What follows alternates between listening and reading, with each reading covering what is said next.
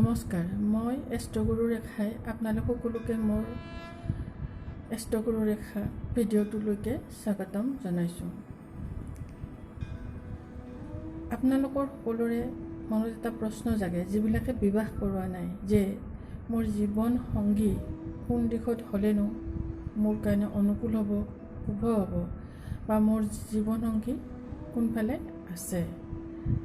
ৰাশি অনুযায়ী প্ৰত্যেকৰে জীৱন সংগীৰ ডিৰেকশ্যন বেলেগ বেলেগ হয়, আৰু আজি মই সেই ৰাশি অনুযায়ী মানুহৰ বা ব্যক্তিৰ জীৱন সংগী কোন দিশে হ'লে ভাল বা অনুকূল হ'ব সেই বিষয়ে ক'ব ওলাইছোঁ।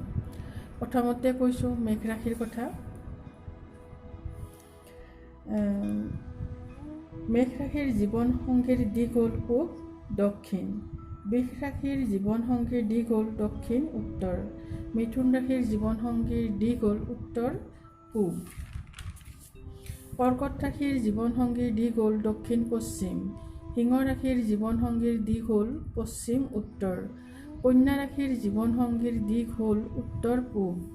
তুলা ৰাশিৰ জীৱন সংগীৰ দিশ হ'ল পূব দক্ষিণ।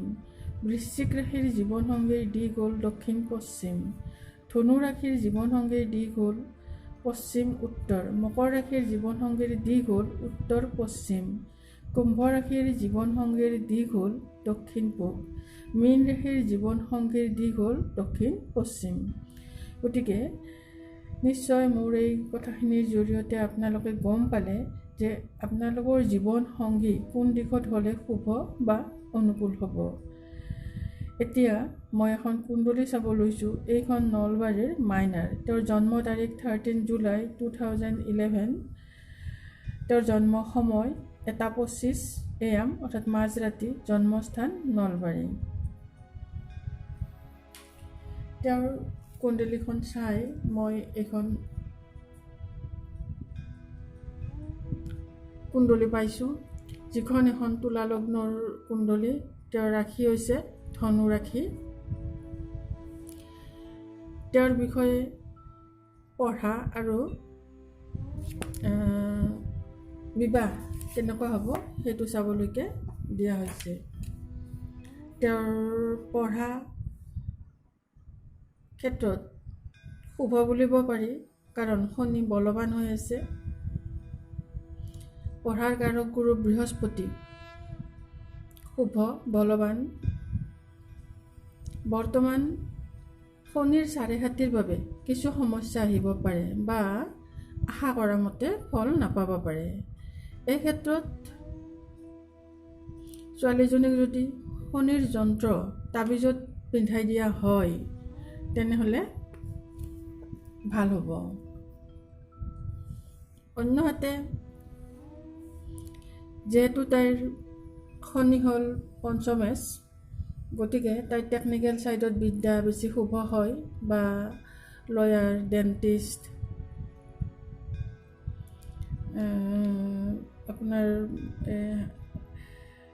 লেকচাৰাৰ আদিৰ ক্ষেত্ৰত ভাল। এতিয়া আহিছোঁ বিয়াৰ ক্ষেত্ৰলৈ। বিয়া ছোৱালীজনীৰ কাৰণে যথেষ্ট শুভ, মাত্ৰ এটা সাধাৰণ উপায় কৰিব লাগিব। বিবাহৰ কাৰক গ্ৰহ বৃহস্পতি সপ্তম স্থানতে বহি আছে বলৱান হয়, গতিকে বিবাহ নিশ্চয় ভাল হ'ব। তাইৰ প্ৰতি তাইক বহুত ছাপোৰ্ট কৰিব আৰু গুণৱান হ'ব।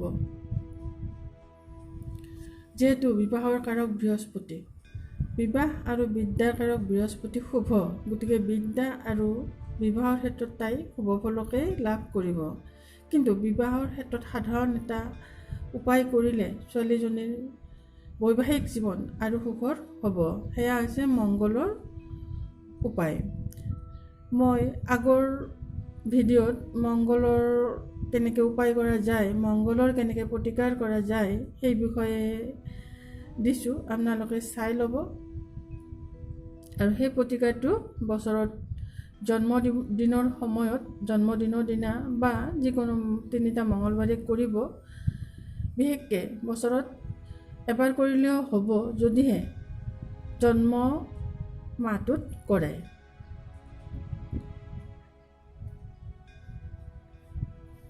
আজি মই এইখিনি কৈয়ে বা এইখিনি আলোচনা কৰিয়ে মই মোৰ ভিডিঅ'টো সামৰিছোঁ।